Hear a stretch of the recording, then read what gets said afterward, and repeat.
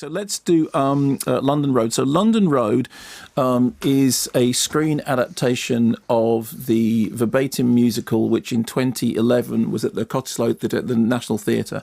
And essentially the format of it is that it's based on interviews done with the residents of London Road in the wake of both media interviews and then interviews done particularly for the show in the wake of the murders in 2006, then referred to as the Ipswich Ripper murders.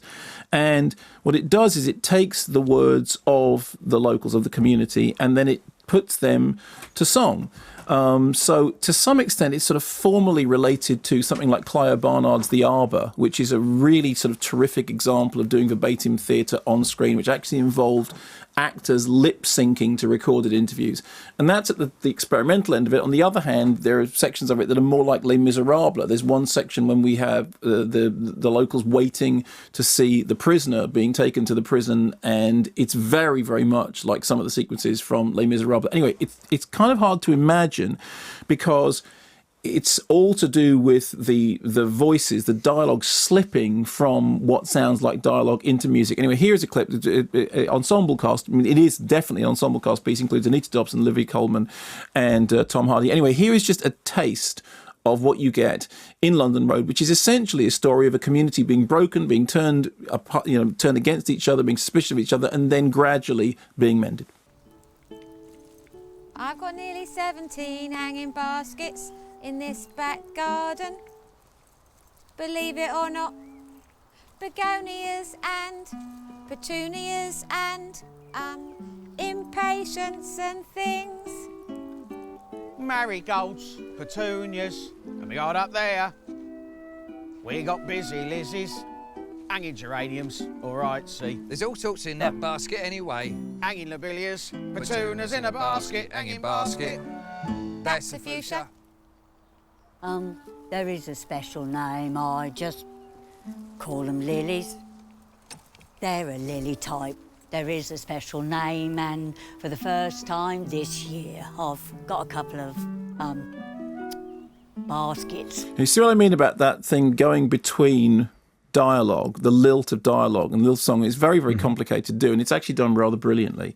There's the intro words like are used very specifically. Once everyone is very, very nervous, and very unsure of everything, basically, which is a phrase which is repeated. Actually, at the end of the piece, you hear some of the original interviews from which those the lines are taken. You hear them in their original interview context before they're sort of retransfigured into song. And what I liked about it is, firstly, I think it's handled very well in terms of the move from the stage to the screen. It looked to me like a film. I mean, I didn't see the stage show, and I think the film looked cinematic. It looked like it was handled in a way that was kind of designed for the screen. The second thing is that there are insights that you don't particularly expect at the beginning, because as everybody is talking, as everybody is recounting their own experiences of this horrendous crime and the responses from the community, what the film doesn't shy away from is showing how people are not wholly sympathetic towards each other, that actually some of the residents say things that you think, hey, really, that sounds incredibly harsh about what's happening to their street, and actually, bizarrely, their responses to the women who have been the victims of this horrendous serial killer. In fact, when we hear some of the women who are on the sharp end of the killer's attentions, we hear them, and they are positioned up by the gasometer, and it's almost like a West Side Story feel to it, that they're up on these on these iron railings, and then we finally hear their voices. It's about 55, 56 minutes into the film before we hear their voices.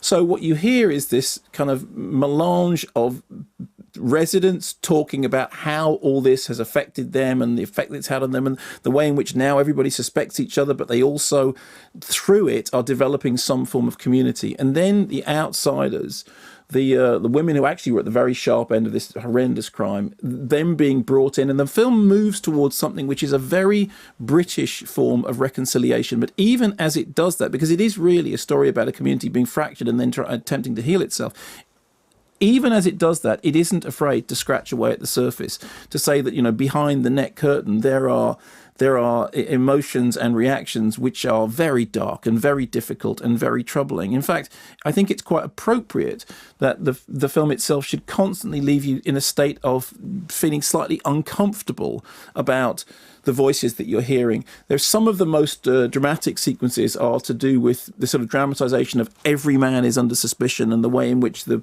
community all sort of look at each other in different ways. But actually, the most worrying thing is some of the stuff that Olivia Colman's character has to say, and her response, the way in which she responds to the victims and the plight of the victims, and actually what she's thinking about is the way this has impacted on the street. So it's like somebody taking a horrendous event and picking it apart and using it as a way of looking at modern British society and the strange factions that exist within that society, and then the great leap is doing it as a musical, doing it as a way which bursts into song. There's a wonderful sequence in which Tom Hardy is a taxi driver, and he starts talking because he's doing a kind of he's telling the person in his cab exactly when they find the killer what it's going to be like, because he's interested in serial killers. So he says, just because I'm interested doesn't mean I am one, and then he repeats, I am one, and it's very strange. But the voice, the way in which they've done the slide from talking, the musicality of talking, the tune of a verbal inflection in conversation, then actually informing a tune itself, I think is terrifically well done, and I think it works surprisingly well on the screen. And I was very gripped and oddly moved.